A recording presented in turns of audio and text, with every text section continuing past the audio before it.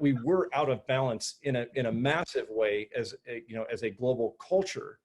We were on a train wreck, just in slow motion with the climate.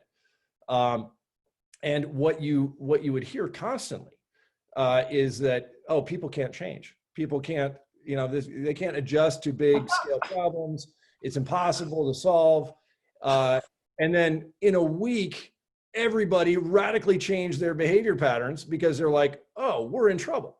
And so I think that we should one, put to rest the notion that humans are incapable of change. Humans can change very quickly. They can adapt new behavior patterns almost on the turn of a dime.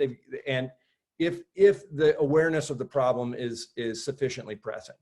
And so I look at COVID in some ways as sort of a mini global warming, global climate change exercise.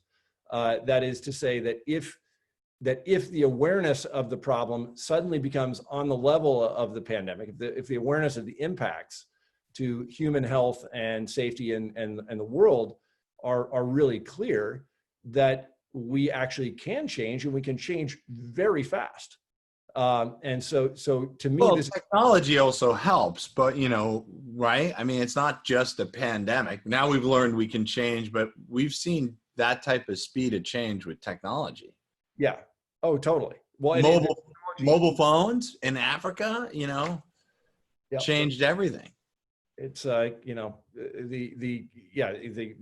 iPhone and how rapidly that shifted each of these. Well, Nokia went out of business. And we're living in this era now where all of those sort of convergent communication technologies have matured to this point where, again, we can maintain a lot of the form or the substance of our previous plans. I can still meet with you, but we just do it in a very different way.